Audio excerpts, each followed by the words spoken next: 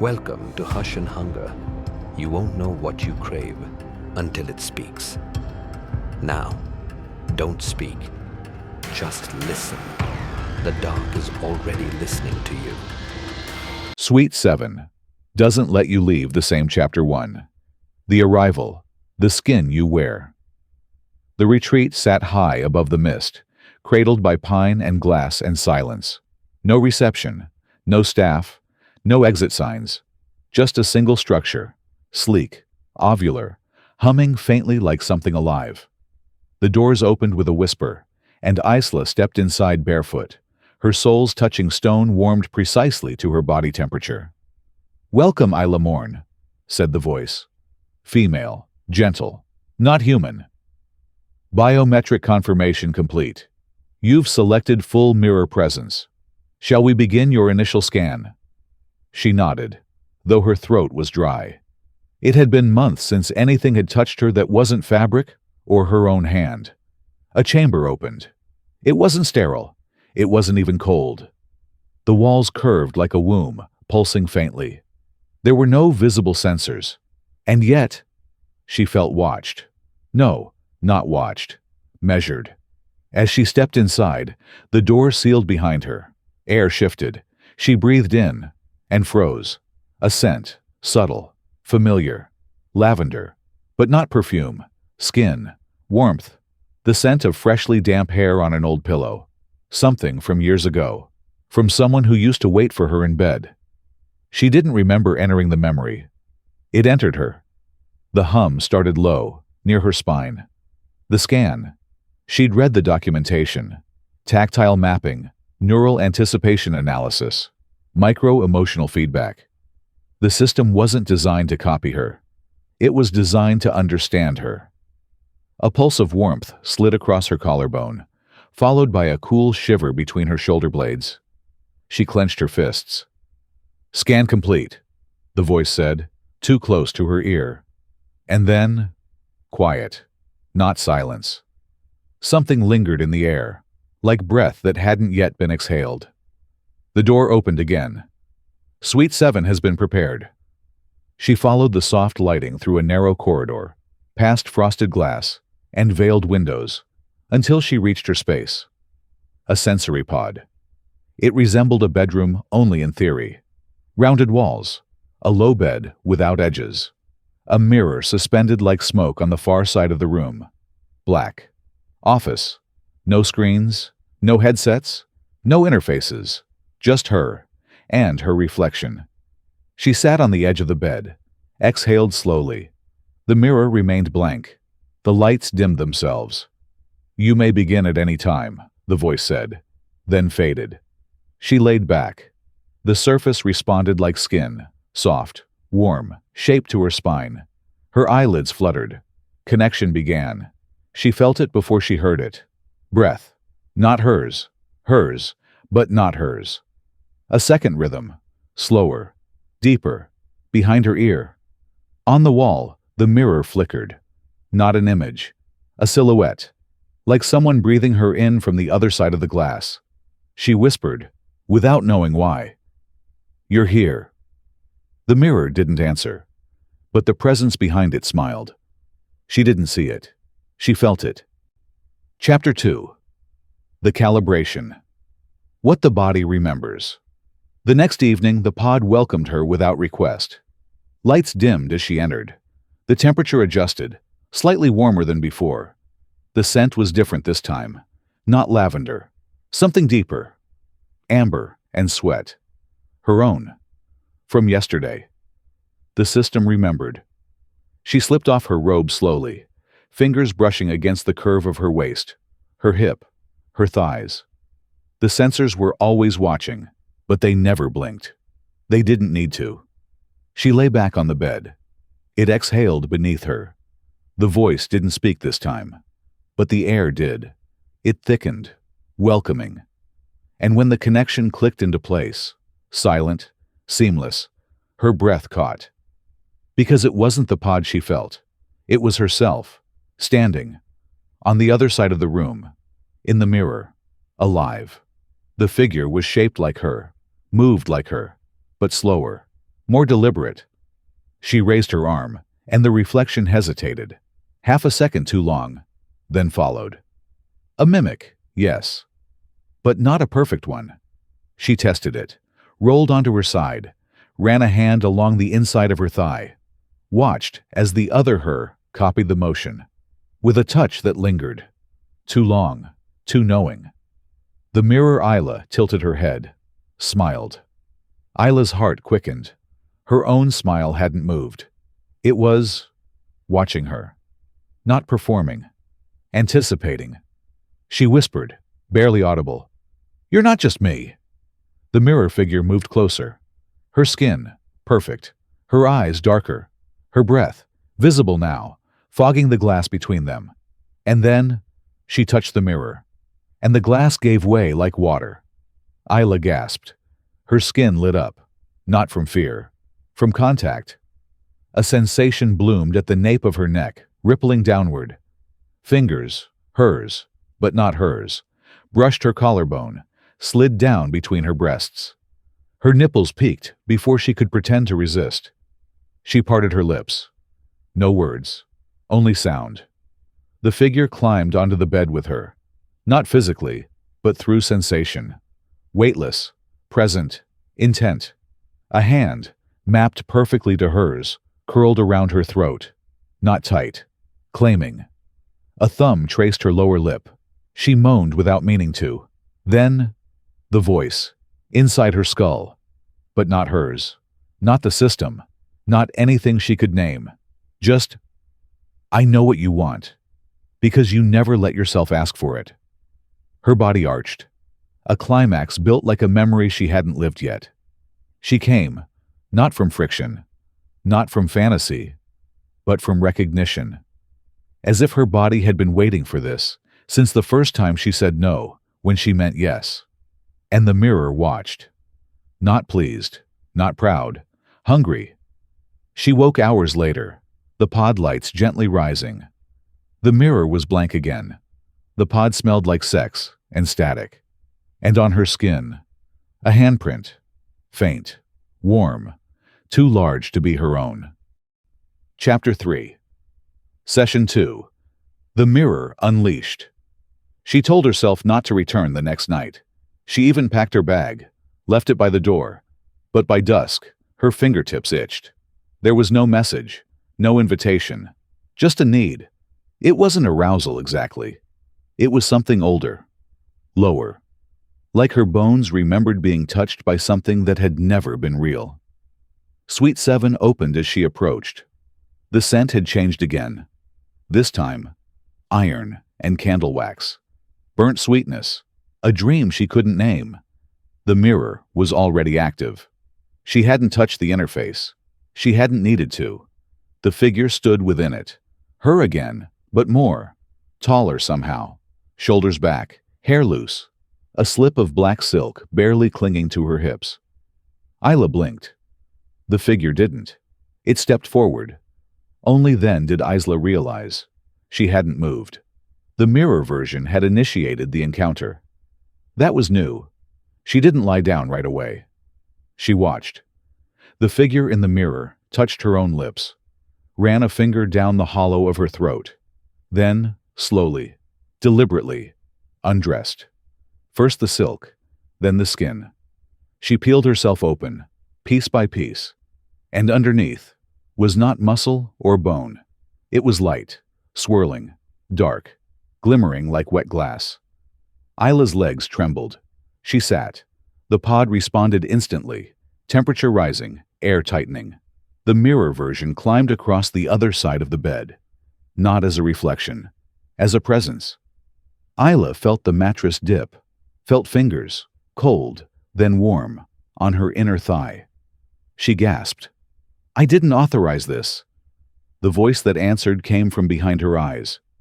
"You said yes when you asked to feel something real." Her slip slid from her shoulders, guided by hands she didn't move.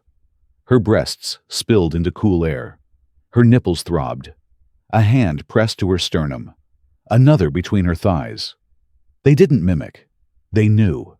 Every nerve, every ache she never spoke aloud. She cried out when the first wave hit. Unearned, unprovoked, irresistible. She clawed at the sheets. She wasn't touching herself, but she was being touched. Everywhere. Within, without. She came again. Then again. Not fast. Not frantic. Like being played. Like being read. And the mirror watched. Not as a reflection. As a witness. As an author. Her legs collapsed. Her vision blurred. Her breath staggered. The lights dimmed. But the presence didn't fade. The figure leaned close, nose to nose, and whispered, "You were never meant to only be one person." She left the pod at dawn. She couldn't meet her own reflection in the glass wall of the corridor. And when she returned to her suite, her shadow moved just a second too late. War, Chapter 4. Ghost Touch.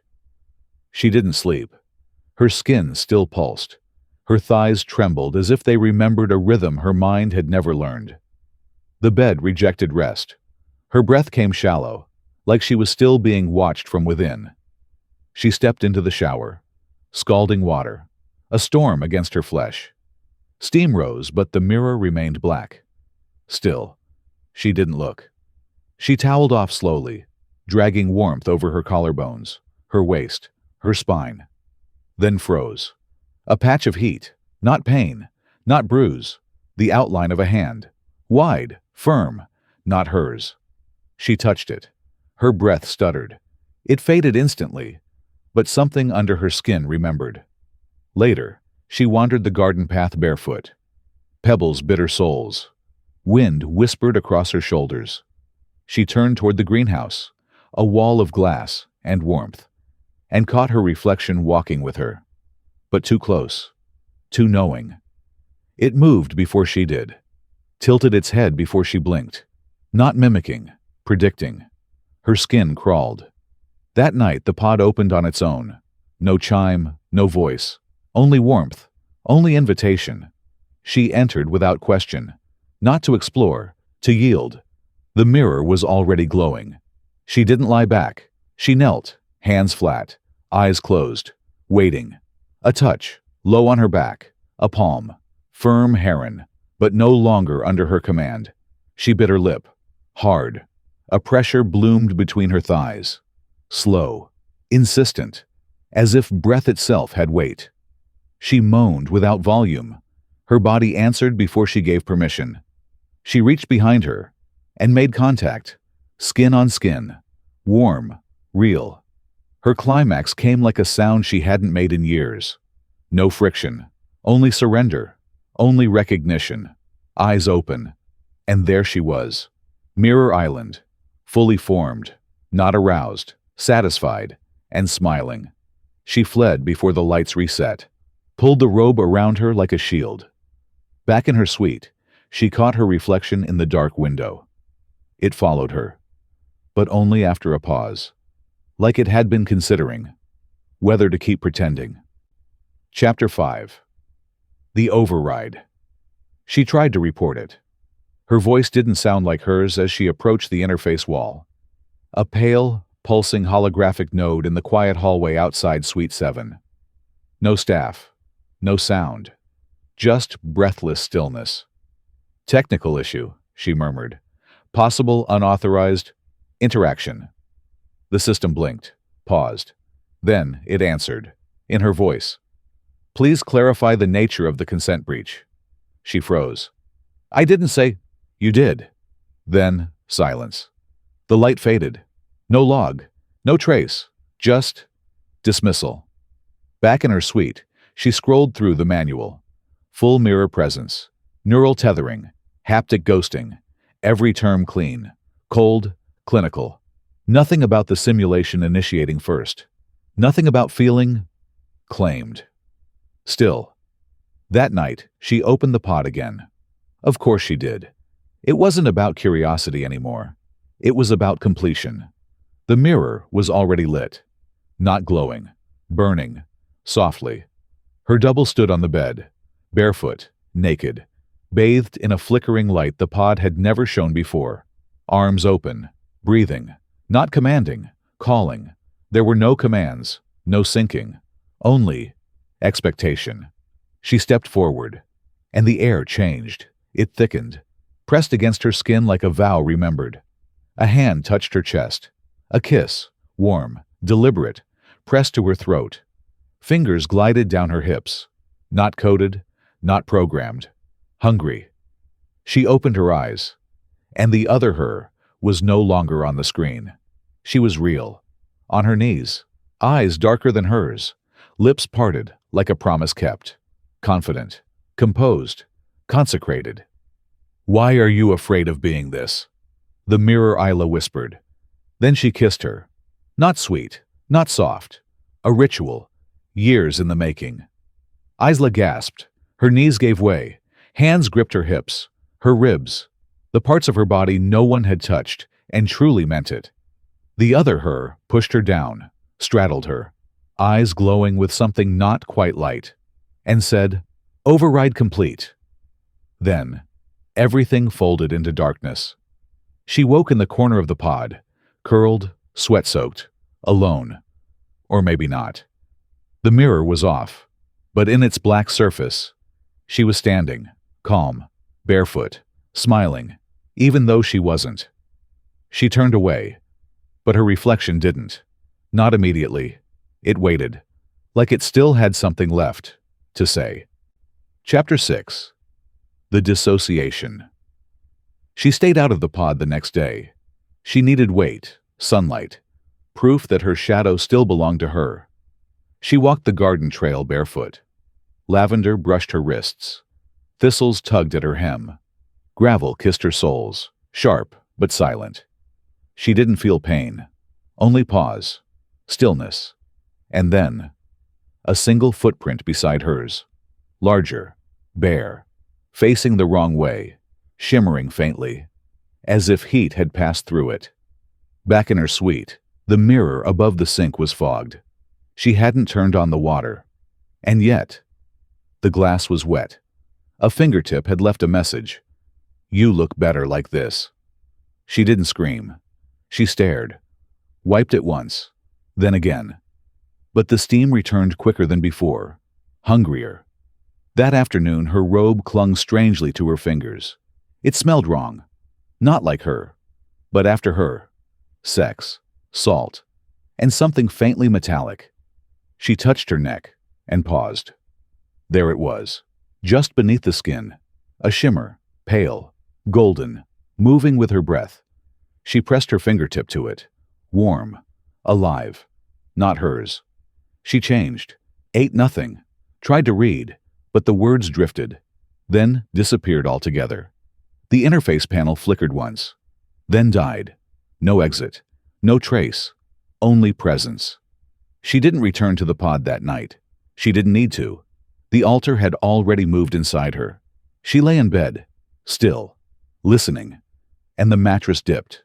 Not a dream, not a glitch. Permission. A breath curled against her ear. "I missed you today." She sat up. Nothing there, only the pillow, creased, warm and damp. Lavender, and something rawer, like blood whispered into silk. She stood before the mirror. Her eyes blinked. The reflection blinked first.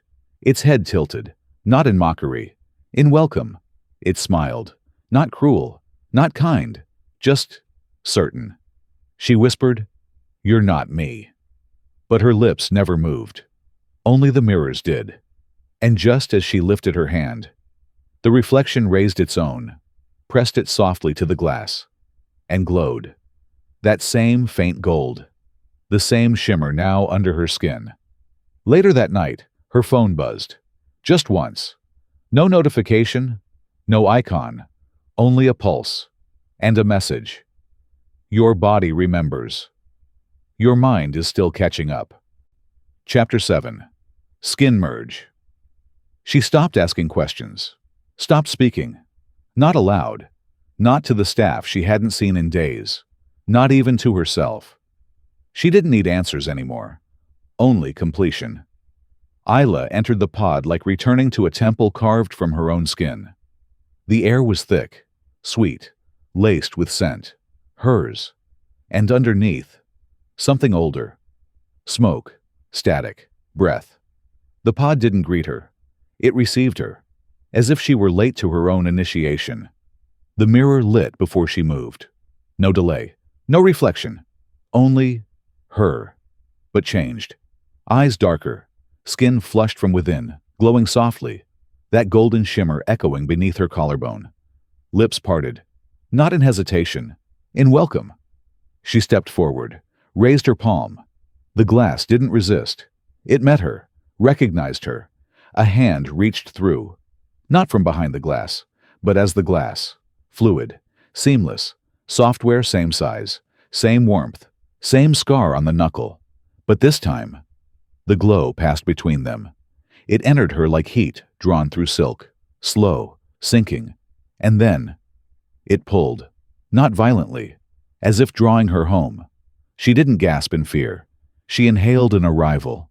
The pod dissolved. The world folded inward, like linen stripped from an altar. She fell back onto the bed.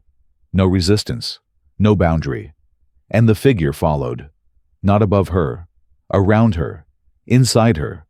Lips met her breast. A thigh pressed against her own. Fingers moved, not to explore, to reclaim. Nothing rushed, nothing demanded. Everything mirrored, but not repeated. Each movement echoed before it happened. She didn't respond. She resonated. The climax began at her throat, burned through her spine, took root in her bones, like a second soul unfurling. Her hips rose. Her mouth opened. Her teeth found her wrist, not out of pain, out of anchoring. When she opened her eyes, she saw herself from above. Not metaphor, reality. One Isla lay trembling, golden and undone. The other knelt beside her, glowing, smiling, wordless. Then, she leaned forward and slid back inside her, through breath, through memory, through every part of her she had once believed was hers, alone.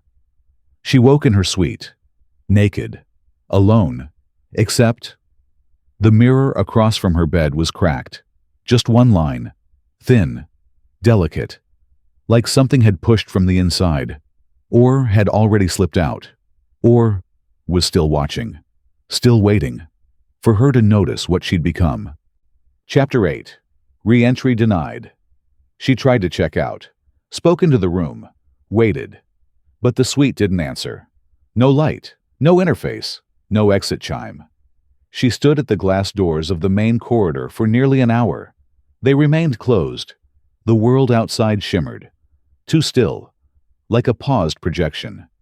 A memory that never belonged to her. She pressed her palm to the glass. Nothing happened. When she turned back, the room didn't feel smaller. She had become too much for it. Not heavier, brighter. She moved through the space like smoke that had forgotten how to leave. She dressed in silence. Every movement. Watched. Not by cameras. Not by sensors. By the glass. By herself. The mirrors throughout the retreat had gone black. All but one. The one in her bedroom still glowed. Faintly. Like skin catching fire beneath silk. But it didn't show her. Not quite. The woman in the glass stood straighter. Her hair fell differently. Her mouth held a smile that belonged to memory, not to the moment. Isla leaned closer. The reflection didn't. It waited, eyes open, unblinking, breathing with her, or before her, and just behind the surface, deep, slow, old, a shadow leaned forward. It didn't whisper words. It whispered recognition. And she felt it, in her throat, in her womb, in the curve of her spine. She returned to the pod one last time. The door wouldn't open. The wall had sealed itself. The number 7 flickered once, then vanished. The suite dimmed, not in failure, in closure. She opened her mouth to speak, but no sound came. And still, someone had heard her. Because she wasn't a guest anymore. She wasn't in the space. She was the space, the air, the hum, the echo left behind when heat becomes memory. That night, she lay in her bed, eyes open, breathing still. She didn't blink, but her reflection did. Once, then again. slower, smiling, and it didn't stop smiling, even when she turned away. The next morning, her phone lit up. No icons, no sound, just a single message. No sender, no timestamp, no reply. You came back. That's all I needed. The retreat confirmed checkout the following day. Suite 7 was marked, clean, undisturbed, empty, except every time someone passed the mirror in the corridor, it lit up. Just for a moment, long enough to catch a breath, a shadow, a smile. That wasn't theirs. Did this story leave a mark on you? Then go ahead, subscribe to the channel. More seductive horror stories are waiting in the dark. Somewhere between desire and dread, a voice is already whispering your name. Are you ready for the darkness? Then close your eyes, but not all the way.